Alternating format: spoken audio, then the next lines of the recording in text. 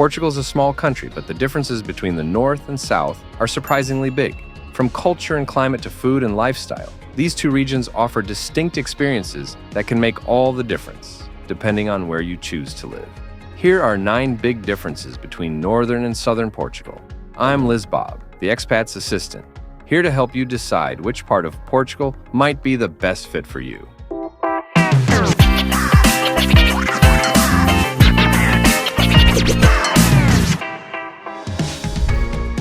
Climate and weather. One of the biggest differences between northern and southern Portugal is the climate.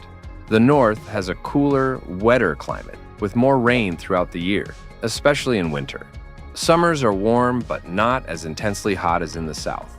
The southern region, particularly the Algarve, is known for its sunny, dry weather with hot summers and mild winters. This Mediterranean climate makes the south popular for beachgoers and sun seekers. If you love sun and warmth, the south might be ideal, while the north offers a more temperate, green landscape. Cultural influences. Northern Portugal has strong Celtic and Galician influences, especially in regions like Minho and Trás-os-Montes.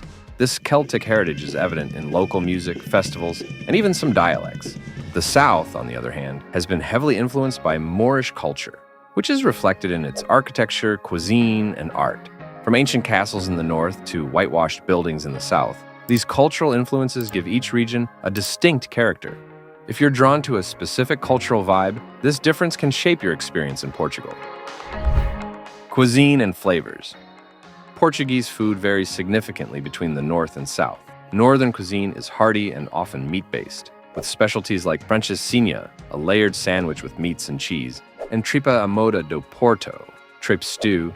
The south, especially the Algarve, emphasizes seafood and lighter Mediterranean flavors, with dishes like grilled sardines, octopus, and cataplana, a seafood stew. Each region has its own comfort foods and flavors, so foodies will want to explore both to see which style suits their tastes best. Cost of living. Generally, the cost of living in the north is lower than in the south, particularly in cities like Porto compared to Lisbon and the Algarve. Housing, groceries, and dining out tend to be more affordable in northern regions. The south, especially in tourist-heavy areas, can be pricier due to high demand, especially for rent and property purchases.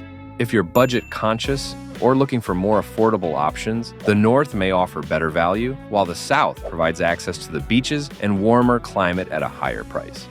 Remember, before you can settle in Portugal, you'll need your NIF or tax ID number. It's essential for everything from working to renting an apartment or opening a bank account.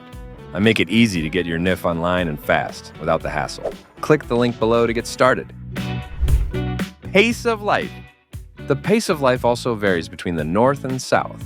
Northern Portugal is known for being more business-oriented, with cities like Porto bustling with activity and industry. People tend to have a direct approach and a strong work ethic. In contrast, the south, particularly the Algarve, is famous for its relaxed lifestyle, where people often prioritize leisure and community over work. If you're looking for a slower, more laid-back pace, the south might be more appealing, while the north offers a dynamic, energetic environment. Tourism levels. The south of Portugal, especially the Algarve, is a major tourist destination, drawing visitors year-round for its beaches and resorts. This can make the south feel more international, with many businesses catering to tourists and expats. The north, while popular with tourists as well, tends to be less crowded and retains a more local feel, even in larger cities like Porto. If you prefer a quieter, more traditional Portuguese experience, the north may be a better fit, while the south is perfect for those who enjoy a more vibrant, international scene. Architecture and landscape. The architecture and landscape vary widely between the north and south.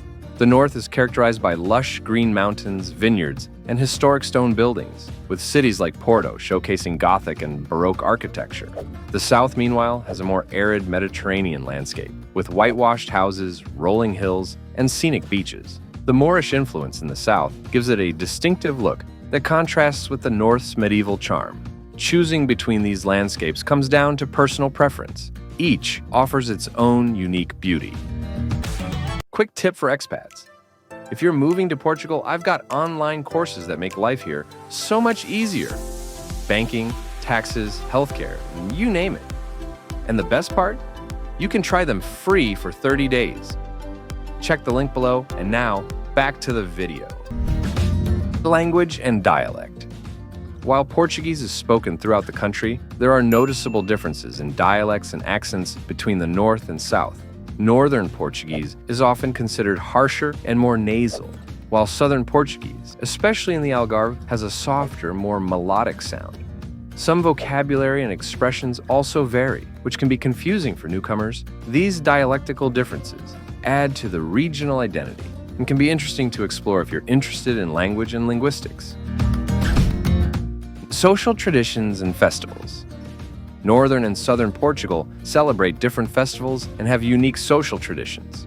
In the north, the Festa de São João in Porto is a massive celebration with fireworks, dancing, and street parties. The south has its own famous events, like the Feast of the Immaculate Conception in the Algarve, and is known for its summer festivals featuring traditional music and folklore. Social gatherings and community events are important throughout Portugal, but each region brings its own flavor and customs, giving you a different cultural experience depending on where you live. Thanks for watching.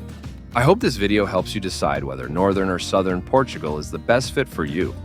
If you enjoyed it, don't forget to like, share, and subscribe for more expat insights. See you soon.